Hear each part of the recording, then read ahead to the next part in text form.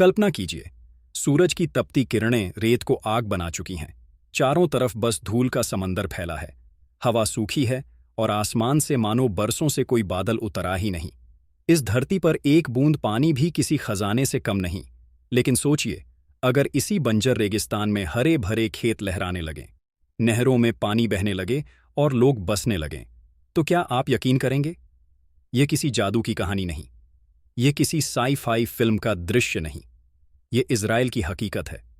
एक ऐसा देश जिसने कुदरत की सीमाओं को चुनौती दी और रेत के समंदर में हरियाली की नदी बहा दी। यह कहानी है नेशनल वाटर कैरियर की, इंसानी हिम्मत, विज्ञान और दूरदृष्टि का अद्भुत संगम। एक देश, एक सपना और एक प्यास साल था 1948। इज़राइल एक नए देश के रूप में दुनिया के नक्शे पर उभर रहा था। लेकिन उसकी सबसे बड़ी चुनौती थी पानी। देश का लगभग 60% हिस्सा रेगिस्तान था, जिसे नेगेव डेजर्ट कहा जाता है। यह इलाका इतना सूखा था कि पेड़ पौधे तो दूर, इंसानों का रहना भी कठिन था। वहीं देश के उत्तर भाग में पानी की भरपूर उपलब्धता थी, खासकर सी ऑफ गैलीली नाम की झील में। आपको वीडियो अच्छा लगे तो कमेंट में जय हिंद लिखना न भूलें। मगर समस्या यह थी कि जहां पानी था वहां खेती की जरूरत नहीं थी, और जहां खेती करनी थी वहां पानी नहीं था। एक तरफ था जीवन का स्रोत, दूसरी तरफ जीवन की प्यास।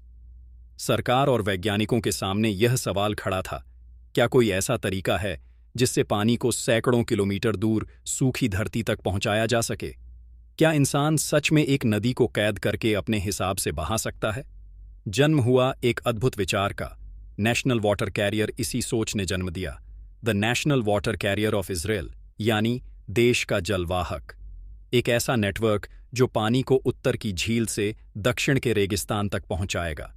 यह सिर्फ एक पाइपलाइन नहीं थी, यह एक आर्टिफिशियल रिवर थी जिसे इंसानों ने अपनी जरूरत के लिए खुद बनाया। यह योजना इतनी विशाल और महत्वाकांक्षी थी कि उस दौर में कई वैज्ञानिकों ने कहा, यह नामुमकिन है। लेकिन इजराइल ने नामुमकिन को मुमकिन बना दिया। कैसे बना?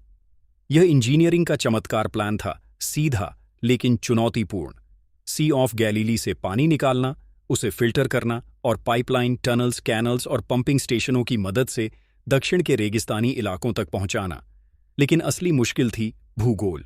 यह रास्ता पहाड़ों, घाटियों, चट्टानों और असमतल जमीन से गुजरता था। पानी को कई जगहों पर ऊंचाई की तरफ, यानी अपहिल पंप करना पड़ता था। इसके लिए बने विशाल पंपिंग स्टेशन दिन रात पानी को आगे धकेलते थे। 130 किलोमीटर से अधिक लंबा यह जलमार्ग एक भूगर्भीय हाईवे की तरह था, जिसमें लाखों टन कंक्रीट, स्टील और बुद्धिमत्ता बहाई गई थी। पानी की हर बूंद एक सटीक गणना और इंजीनियरिंग का नतीजा थी। यह सिर्फ पाइपलाइन नहीं, बल्कि एक जीवित धमनियों का जाल था, जो देश के शरीर में जीवन का रक्त दौड़ा रहा था। रेगिस्तान में उगा हरियाली का चमत्कार। जब यह परियोजना पूरी हुई तो जो हुआ उसने पूरी दुनिया को चौंका दिया।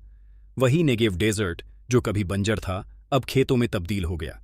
टमाटर, संतरे, अंगूर, फूल, ऐसी फसलें जो कभी यहां उगने की कल्पना भी नहीं की जा सकती थी, अब रेगिस्तान की गोद में फलने फूलने लगीं।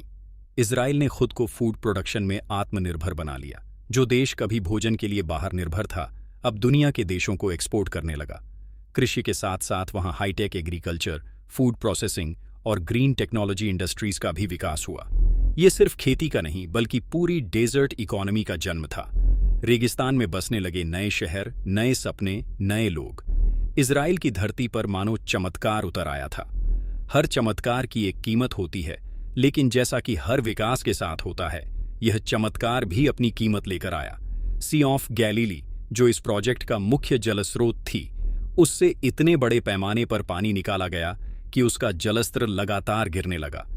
झील का पानी कम हुआ तो उसकी सैलिनिटी यानी खारापन बढ़ने लगा, जिससे वहां की जलीय जीवन प्रणाली को नुकसान पहुंचा। यह एक बड़ा सबक था। प्रकृति से आप ले सकते हैं, लेकिन उसकी एक सीमा होती है। साथ ही पानी को पंप करने के लिए अत्यधिक बिजली की जरूरत थी, जो एक महंगा सौदा साबित हुआ। सरकार को समझ आ गया कि केवल एक झील का पानी ट्रांसफर करना दीर्घकालिक समाधान नहीं है। जरूरत थी नई सोच की, ऐसी टेक्नोलॉजी की जो न सिर्फ पानी लाए, बल्कि पानी बनाए और बचाए। दूसरा चरण, जब इजराइल ने पानी बनाना सीखा, यहीं से शुरू हुआ इजराइल का असली जल क्रांति, water revolution of Israel. National water career पहला कदम था, पर असली जादू उसके बाद हुआ। इजराइल ने समझा कि हर बूंद अनमोल है। उन्होंने पानी के प्रबंधन को एक राष्ट्रीय नीति बना दिया। उन्होंने विकसित की ड्रिप इरिगेशन टेक्नोलॉजी, जिसमें पानी सीधे पौधों की जड़ों तक पहुंचाया जाता है, बूंद बूंद करके, बिना किसी बर्बादी के। जहां पारंपरिक सिंचाई में 60-77% पानी भाप बनकर उड़ जाता है, वहीं ड्रिप सिस्टम में 95% तक पानी की बचत होती है। इजराइल ने इसके बाद एक और कदम उठाया, डिसलिनेशन प्लांट्स का निर्माण, जो समुद्र के खारे पानी को मीठा बनाते हैं। आज उनकी 60% से अधिक पेयजल जरूरतें इन्हीं प्लांट्स से पूरी होती हैं। और सबसे आश्चर्यजनक बात, वे अपने इस्तेमाल किए गए पानी का 45% से ज्यादा हिस्सा फिर से साफ करके खेती में दोबारा इस्तेमाल करते हैं। यह आंकड़ा पूरी दुनिया में सबसे ज्यादा है। इजराइल ने यह साबित कर दिया, पानी केवल प्रकृति की देन नहीं, बल्कि इंसान की समझ का भी परिणाम हो सकता है। भारत के लिए सबक, हमारी अपनी जल चुनौती अब सवाल है। इस कहानी से हम क्या सीख सकते हैं? भारत जैसे विशाल देश में कहीं बाढ़ आती है, कहीं सूखा पड़ता है, एक राज्य डूबता है, दूसरा प्यासा रह जाता है। हमारे पास पानी की कमी नहीं, बल्कि पानी के प्रबंधन की कमी है। हम आज भी खेती के लिए मानसून पर निर्भर हैं। कई इलाकों में बारिश के पानी का एक बूंद भी बचाया नहीं जाता। अगर भारत ने इजराइल की तरह टेक्नोलॉजी, विजन और अनुशासन के साथ पानी की योजना बनाई, तो यह देश अपने हर रेगिस्तान को भी हरियाली में बदल सकता है।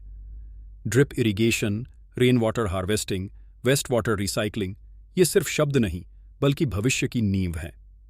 भविष्य की जंग, पानी के लिए इजराइल का नेशनल वाटर कैरियर सिर्फ पाइपों और पंपों की कहानी नहीं है। यह इंसान की जिद, उसकी समझ और उसके जीवित रहने की चाह का प्रतीक है। इसने एक देश को न सिर्फ पानी दिया, बल्कि उसे दुनिया के सामने एक उदाहरण बनाकर खड़ा कर दिया। आज इजराइल वाटर टेक्नोलॉजी में विश्व लीडर है, और दुनिया उसकी ओर देखती है कि कैसे एक सूखा देश भी अपनी नदियां खुद बना सकता है।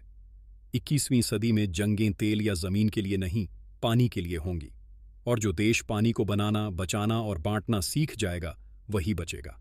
आखिरी बात, रेगिस्तान में नदियां बहाना आसान नहीं होता।